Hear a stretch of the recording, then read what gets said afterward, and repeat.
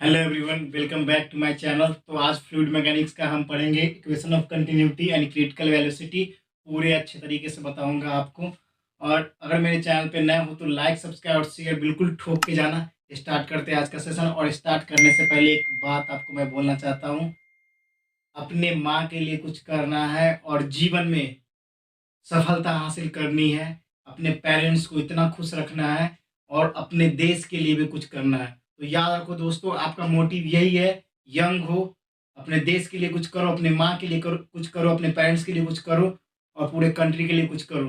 तभी आप अच्छे नागरिक कहला पाओगे। और दोस्तों, हमेशा याद रखो, मेहनत बहुत ज़्यादा करनी है। मेहनत करने से ही आप सफलता हासिल कर पाओगे। तो खूब मेहनत करो और तभी तरक्की करोगे। तो स्टार्ट करते हैं आज का सेशन।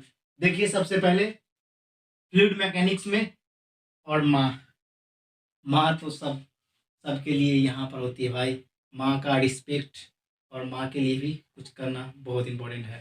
तो देखिए, सबसे पहले क्रिटिकल वेलोसिटी की बात करते हैं। तो क्रिटिकल वेलोसिटी होता क्या है सबसे पहले। तो क्रिटिकल वेलोसिटी क्या होता है उसको अच्छे से जानेंगे। सबसे पहले पढ़ लेते हैं क्या बोल रखा है।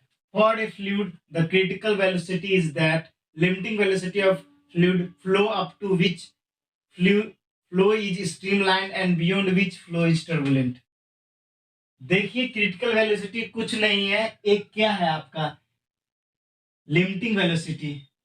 ये लिमिटिंग वेलोसिटी ऑफ फ्लूइड है जो फ्लो इज स्ट्रीमलाइन। मतलब बोल रहा है, सिंपल सा समझो क्या कह रहा है कि ये क्या है। क्रिटिकल वेलोसिटी एक लिमिटिंग वेलोसिटी है। जब कोई भी क्रिटिकल वेलोसिटी किसी का कैसे कैलकुलेट करेंगे। मान लीजिए फ्लूइड जो है लिमिटिंग फोर्स में है, लिमिटिंग वेलोसिटी में है, तो उस फ्लो को क्या बोलते हैं हम, स्ट्रीमलाइन फ्लो है। मतलब उसको कंट्रोल कर सकते हैं, उसका जो वेलोसिटी है वो कम होता है, ये एनर्जी भी उसमें कम लगता है। तो मतलब ये जो आपका क्रिटिकल वेलोसिटी है बेसिकली किसी भी बॉडी का विस्कोसिटी और इसकी क्रिटिकल वेलोसिटी कैलकुलेट करने के लिए उपयोग किया जाता है। मान लीजिए कोई बॉडी जो है वो बॉडी आपका लिमिटिंग वेलोसिटी होगा, तो वो बॉडी क्या होगा, अगर लिमिटिंग वेलोसिटी होगा तो उसको क्या बोलेंगे, स्ट्रीमलाइन फ्लो। अगर उसके बियॉन्ड अगर जो लिमिटिंग वेलोसिटी नहीं है तो उसको क्या बोलेंगे आप, टर्बुलेंट।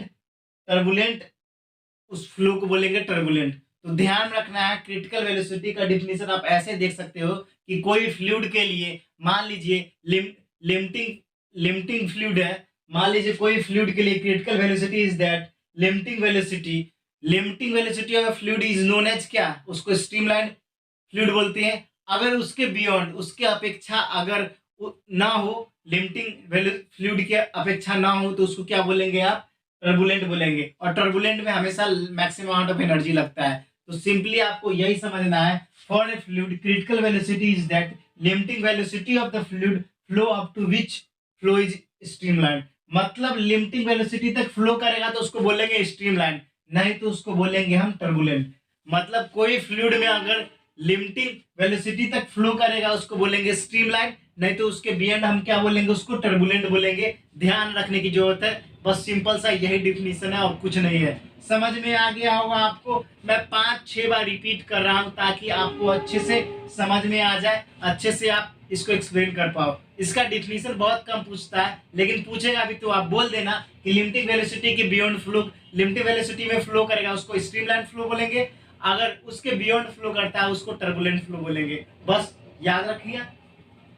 अब बात करते हैं क्रिटिकल वेलोसिटी की। तो क्रिटिकल वेलोसिटी को डिनोट किया जाता है वीसी से। तो वीसी को हम बोलेंगे क्रिटिकल वेलोसिटी। ये आप ध्यान में रखना, VC is directly proportional to the N. कभी कभी क्वेश्चन सीधा आता है कि आपका क्रिटिकल वेलोसिटी किसके डायरेक्टली प्रोपोर्शनल है, तो आप याद रखना वो हो गया कोएफिशिएंट ऑफ विस्कोसिटी के डायरेक्टली प्रोपोर्शनल होता है। अगर पूछ ले इनवर्सली प्रोपोर्शनल तो density of fluid and radius which it passes, जिस रेडियस जिस भी एरिया से वो पास कर रहा है उसका वो रेडियस, तो आपका डेंसिटी और रेडियस से वो इनवर्सली प्रोपोर्शनल होता है। मगर आपका जो कोएफिशिएंट ऑफ विस्कोसिटी होता है उससे डायरेक्टली प्रोपोर्शनल होता है। इससे सीधा सीधा पेपर में क्वेश्चन आता है आपका कॉन्सेप्ट का। मोस्ट इंपॉर्टेंट है, स्टार लगा लो। बहुत इंपॉर्टेंट है, बहुत ज्यादा इंपॉर्टेंट है, बहुत ज्यादा इंपॉर्टेंट है, बहुत ज्यादा इंपॉर्टेंट है। तो इसे आप याद रखो, जब भी आपसे पूछे critical velocity is directly proportional to the coefficient of viscosity और inversely proportional to the density and radius which it passes. याद रखोगे ना, तो ध्यान में रखना। अब बात करते हैं क्रिटिकल वेलोसिटी किसका ज्यादा होता है। तो देखिए सबसे पहले इस जो ये जो मैंने बताया है ना, ये बहुत सारे बुक में नहीं लिख रखे हैं, मैंने बहुत रिसर्च की है, बहुत यहाँ आपके 10-12 के अच्छे से पढ़ोगे तभी आपको समझ में आएगा। एनसीईआरटी का कॉन्सेप्ट है।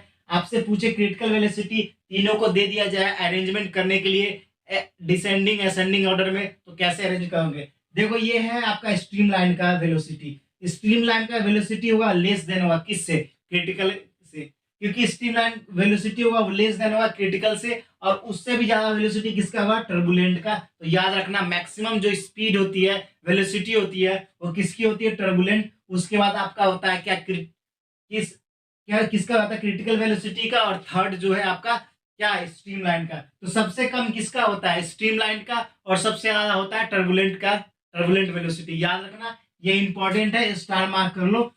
तो ये सारे कॉन्सेप्ट आपको कैसे लग रहे हैं कमेंट सेक्शन में जरूर बताना। अब बात करते हैं रेनॉल्ड नंबर। बहुत सारे बच्चे को पता नहीं होता रेनॉल्ड नंबर होता क्या है। रेनॉल्ड नंबर कुछ होता ही नहीं है, इसका सिंपल कॉन्सेप्ट है, मगर ये एग्जाम के लिए इतना इंपॉर्टेंट है, इतना इंपॉर्टेंट है। कभी कभी पूछ लिया जाता है कि बताइए यूनिट और डायमेंशन बताइए रेनॉल्ड नंबर का। तो ध्यान रखना रेनॉल्ड नंबर क्या होता है। Reynold number it is a unitless and dimensionless quantity. ये यूनिटलेस क्वांटिटी है और डायमेंशनलेस क्वांटिटी, इसकी ना कोई यूनिट होती है ना कोई डायमेंशन होती है। ध्यान में रखना, आपको ये याद करने की जरूरत है। It is a unitless and dimensionless quantity, एक ध्यान में रखना। तो जो आपका रेनॉल्ड नंबर है उसको कैपिटल एन आर से डिनोट किया जाता है। देखिए यहाँ पे मैंने डिनोट कर रखा है। तो एन आर मतलब Reynold number is equals to ये क्या, रो वी आर बटा में एन। अब देखिए यहाँ पर बच्चे कंफ्यूज होते हैं, ये क्रिटिकल वेलोसिटी है, ये रेनॉल्ड नंबर है। अब देखिए कैसे मिक्सअप करता है क्वेश्चन धड़ल्ले से। देखिए कभी कभी आपसे पूछ दिया जाए कि critical velocity is directly proportional to, तो आप बोलोगे कोफिशिएंट ऑफ विस्कोसिटी। यहाँ पर देखो, यहाँ पर critical velocity is directly proportional to the coefficient of viscosity, है ना। अगर आपसे पूछ दिया Reynold number is directly proportional to, तो Reynold number is directly proportional to, Reynold number is directly proportional to क्या हो जाएगा, डेंसिटी का हो जाएगा, उसके बाद आपका क्या हो जाएगा, वेलोसिटी का हो जाएगा, और आपका रेडियस का हो जाएगा, और Reynolds number inversely proportional to the coefficient of viscosity. तो यहीं पर मोस्ट इंपॉर्टेंट कॉन्सेप्ट निकल के आ रहा है कि जब भी आपसे पूछे कि Reynold number is inversely proportional to the coefficient of viscosity या directly proportional to the coefficient of viscosity, तो आपको याद रखना है रेनॉल्ड नंबर जो आपका होता है वो आपका inversely proportional to the coefficient of viscosity. ये सब पेपर में आता है, अगर नहीं पता हो ना क्वेश्चन छोड़ दो कि सीधा भाई। यहाँ पर देखो क्रिटिकल वेलोसिटी में डायरेक्टली प्रोपोर्शनल है कोएफिशिएंट ऑफ विस्कोसिटी के। तो फॉर्मूला आपको याद रखने की जरूरत है, बहुत ज्यादा इंपॉर्टेंट है। जितनी स्टार मार्क करना है वो उतना कर लो, बहुत ज्यादा इंपॉर्टेंट, ज्यादा से ज्यादा इंपॉर्टेंट है, बहुत ज्यादा।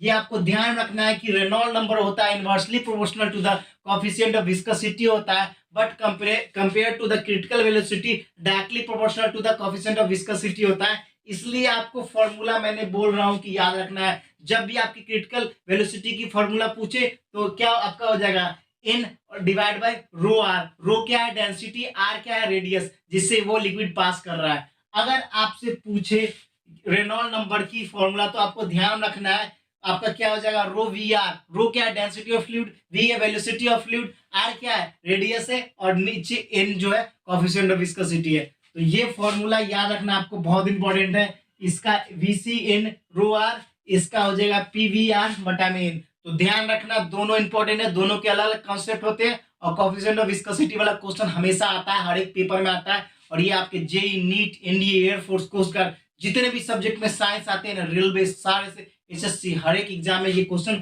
बहुत ज्यादा इंपॉर्टेंट बन जाता है। तो आप इतने डीप से पढ़ोगे नीट के पेपर में सारे उड़ा सकते हो आप। उसके बाद आते हैं रेनॉल्ड नंबर किस के लिए कितना होता है।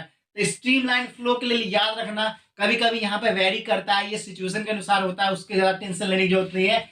ये तो आपका रेनॉल्ड नंबर होता है वो लेस देन इक्वल टू 1000 होता है स्ट्रीमलाइन फ्लो के लिए। अगर वही बात करते हैं आप टर्बुलेंट फ्लो के लिए, तो रेनॉल्ड नंबर ग्रेटर देन 1500 से ज्यादा या उसके बराबर होता है, ये आप ध्यान रखना। अगर स्ट्रीमलाइन फ्लो का रेनॉल्ड नंबर पूछे तो आप बोल दे सकते हो लेस देन और इक्वल टू 1000। अगर आपसे पूछे कि टर्बुलेंट फ्लो के लिए तो ग्रेटर और इक्वल टू 1500, तो याद रखना ये। अब यहां तक तो आपने उड़ा दिया, अब आते हैं इक्वेशन ऑफ कंटिन्यूटी। और दोस्तों आज मैं आधा पढ़ाऊंगा इक्वेशन ऑफ कंटिन्यूटी, कल इसके इतने एक्सप्लेनेशन करूंगा ना, कंजर्वेशन ऑफ मास पे ये बेस्ड होता है, वो सारे चीज आपको बताऊंगा। इक्वेशन ऑफ कंटिन्यूटी से एक भी क्वेश्चन छूट गया ना तो मुझे बताना, इतने अच्छे तरीके और अच्छे कॉन्सेप्ट बताऊंगा। आज इसकी फिगर, कल भी मैं फिगर ड्रॉ करके और पूरे डिटेल के साथ बताऊंगा। अगर बोर्ड खाली होता तो मैं आज ही आपको इस कॉन्सेप्ट को उड़ा देता। तो देखिए सबसे पहले इक्वेशन ऑफ कंटिन्यूटी, इसका डेफिनेशन भी बताऊंगा, हर एक चीज बताऊंगा, आप टेंशन बिल्कुल ना लो। तो देखिए सबसे पहले ये डायग्राम मैंने ड्रॉ किया, इसका कुछ एरिया ले लिया, इसका कुछ एरिया ले लिया, इसका कुछ वेलोसिटी इधर से पास हो रहा है, इधर से कुछ वेलोसिटी निकल रहा है। मान लीजिए मैंने पी क्यू ले लिया। तो देखिए यहाँ पर दो सेक्शन है, एक ये सेक्शन है और ये सेक्शन है।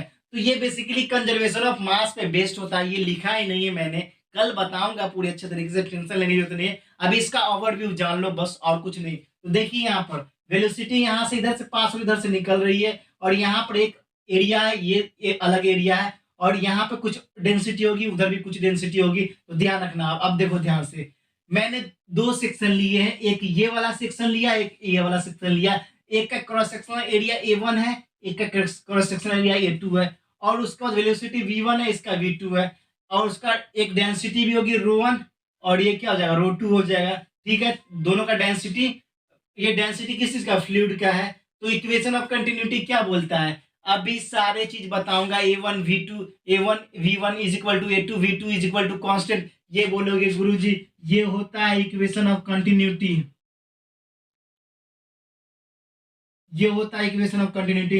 अबे ठहरो मेरे भाई, ये भी बताऊंगा कल की क्लास में, पूरे एक्सप्लेन करूंगा, टेंशन बिल्कुल लेने का नहीं। यहाँ पर देख लो A1 V1 ρ1 is equal to A2 V2 ρ2। जब भी आपसे इक्वेशन ऑफ कंटिन्यूटी पे क्वेश्चन आता है तो इस फॉर्मूले से आता है, या एक एरिया और वेलोसिटी दे रखा है, दूसरे का एरिया दे रखा है, और पहले का वेलोसिटी पूछ लेगा तो वो कैलकुलेट करना है। तो आप इक्वेशन ऑफ कंटिन्यूटी तक इतना ही आप ध्यान में रखो, A1 V1 ρ1 is equal to A2 V2 ρ2। कभी कभी वॉल्यूम सेम आता है, कभी कभी एरिया सेम आता है, कभी कभी डेंसिटी सेम आता है। तो ऐसे करके आप कैलकुलेट कर सकते हो। तो सिंपली इस डायग्राम समझो कि कोई भी मान लीजिए फ्लूइड पास कर रहा है, यहाँ पर कुछ वेलोसिटी, वहां पर कुछ डेंसिटी है, इधर एरिया A1 है, इधर वेलोसिटी V2, और दोनों आपस में बराबर होंगे, दोनों इक्वल होंगे, दोनों इक्वल होंगे। A1 V1 ρ1 is equal to A2 V2 ρ2। और इक्वेशन ऑफ कंटिन्यूटी इसको बोलते हैं A1 V1 is equal to A2 V2 is equal to constant, and this equation is known as equation of continuity. मत घबराओ, पूरे explain करूंगा। आज तो बस ओवरव्यू दिया था, फिगर ड्रॉ किया था। कल के लेक्चर में ऐसे पढ़ाऊंगा कि आप खुद सोचोगे कि इक्वेशन ऑफ कंटिन्यूटी से एक भी क्वेश्चन नहीं पढ़ छूट पाएगा। आज मैंने क्रिटिकल वेलोसिटी और रेनॉल्ड नंबर के एक एक कॉन्सेप्ट और एक एक इंपॉर्टेंट क्वेश्चन को जिक्र किया और बताया कि कैसा कैसा क्वेश्चन आएगा। तो फिर दोस्तों अगर आपको ये वीडियो पसंद आया तो मेरे चैनल को लाइक सब्सक्राइब और शेयर बिल्कुल ठोक के जाना। फिर मिलेंगे नेक्स्ट वीडियो में, फिलहाल इतना ही। जय हिंद, जय भारत, वंदे मातरम।